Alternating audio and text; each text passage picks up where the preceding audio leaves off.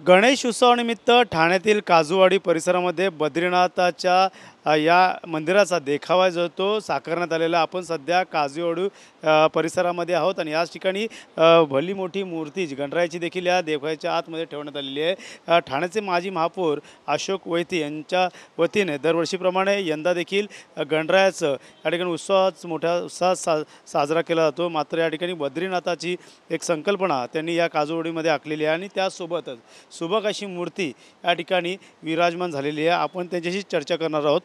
Sir, कशा प्रकारचा महल हा बद्रीनाथचा साकार करण्यात आला आहे, कशा प्रकारची संकल्पना तुमच्यामध्ये आली, किती वर्षाने दरवर्षी वेगवेगळा देखावा साकारण्याचा प्रयत्न काजोवाडी परिसरात केला जातो? काजूवाडी वैतीनगर रहिवासी मित्र मंडळ काजूवाडीचा राजा या नावाने प्रसिद्ध आहे. गेले 46 वर्ष ह्या मंडळाच्या माध्यमातून विविध उपक्रम, त्याच्यामध्ये हा एक गणेशोत्सव उपक्रम आपण राबवतो आणि ह्यावर्षी आपण बद्रीनाथचा देखावा सादर केलेला. प्रत्येक वर्षी वेगवेगळे देखावे असतात.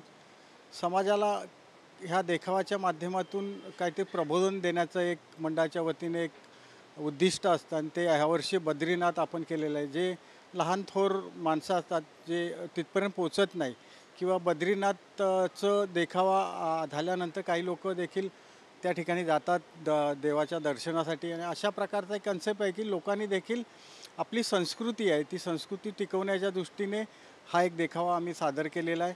ह्यावर्षी आपण 9.5 फुटाची लगद्याची कागदाची मूर्ती, कागदापासून तयार केलेली लगद्याची मूर्ती आपण केलेली आहे. छोटी मूर्ती आहे ती पण लगद्याचीच आहे. एक पर्यावरणमुक्त गणेश उत्सव मंडळाच्या माध्यमातून एक ह्यावर्षी देखावा करावा अशा प्रकारची आम्हाला संकल्पना सर्व सदस्यांच्या सूचनेनुसार आली आणि आपण मूर्ती देखील आपण लगद्याची केलेली आहे, छोटी आणि मोठी.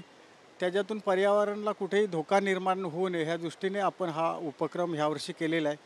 हे करत असताना शासनाचे देखील काही ह्या उत्सव मंडळांना मदत करणं गरजेचं आहे. ज्या प्रकारे इतर ठिकाणी आपण जर पाहिलं तर एखादी सूचना जेव्हा करतो तेव्हा त्या माध्यमातून त्या सूचनेची अंमलबजावणी लोक करायला तयार असतात, पण ते नक्की सूचना करत असताना मूर्तीच्या बाबतीत जर शासनाने जर अनुदान दिलं तर नक्की सर्वच ठिकाणी ज्या प्लास्टर ऑफ पॅरिसच्या मूर्ती आहेत त्या बंद होतील आणि पर्यावरणमुक्त ज्या गरजेच्या त्यांच्या सोयीनुसार त्या मंडळ तयारी करतील आणि पुढल्या वर्षी चांगल्या प्रकारे शासनाचे जे निर्देश आहेत, कोर्टाचे जे निर्देश आहेत त्याचं पालन केलं जाईल. सर, वेगळा प्रश्न असतो, तुम्ही शासनाचं नाव काढले.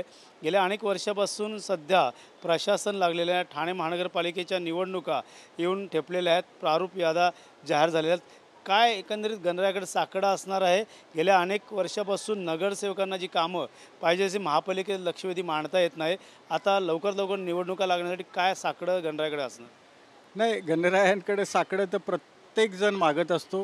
खऱ्या अर्थाने आपण आपल्या विभागातली असेल, ठाण्यातली जनता असेल, ह्यांना सुखी ठेव आणि आनंदी ठेव आणि त्यांच्या कुठलेही क्लेश त्यांच्यावर कुठेही संकट येऊ देऊ नको अशा प्रकारची गणराया पुढे प्रार्थना आम्ही नेहमी करत असतो. पण इलेक्शनचा हा भाग वेगळा आहे. इलेक्शनमध्ये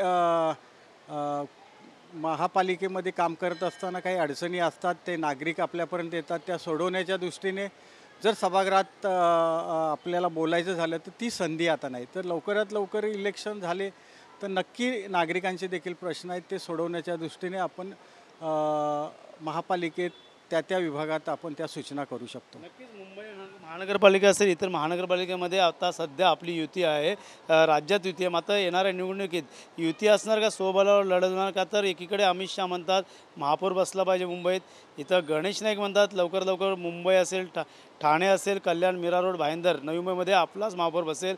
त्यामुळे काटकसर सुरू आहे. यंदा भगवा कशाप्रकारे कुठे कशाप्रकारे डौलाने फडकणार?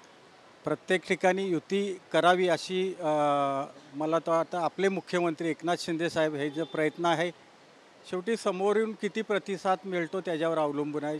शिंदे साहेब ह्याच्यासाठी सकारात्मक आहेत. सर्व शिवसैनिकांची पण भूमिका तशीच आहे. पण ठाण्यामध्ये युती काय होईल मला माहिती नाही.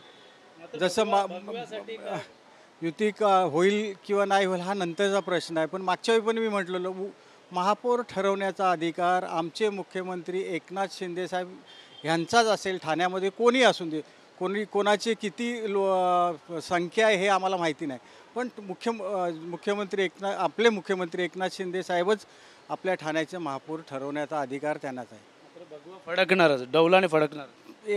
एकनाथ शिंदे साहेब जेव्हा मुख्यमंत्री आमचे आहेत, ते जर महापौर ठरवण्याचा अधिकार, याचा अर्थ भगवा फडकणारच आहे. नक्कीच हे होते माजी महापौर अशोक वैती. त्यांनी या ठिकाणी सुबक अशी मूर्ती या ठिकाणी ठेवण्यात आलेली आहे कागदी लगादापासून. तसेच या ठिकाणी बद्रीनाथाचा हा मोठा देखावा या ठिकाणी साकारण्यात आला आहे.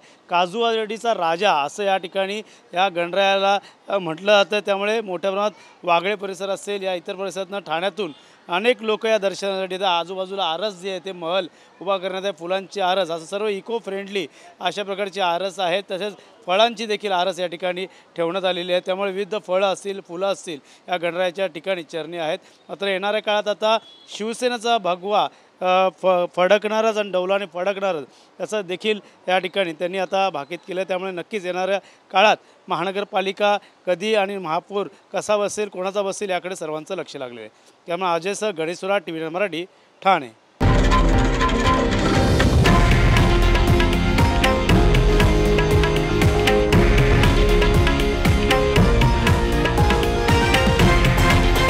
हे आहे देशातील नंबर 1 न्यूज नेटवर्क आणि आपण पाहत आहात TV9 मराठी, एकमेव.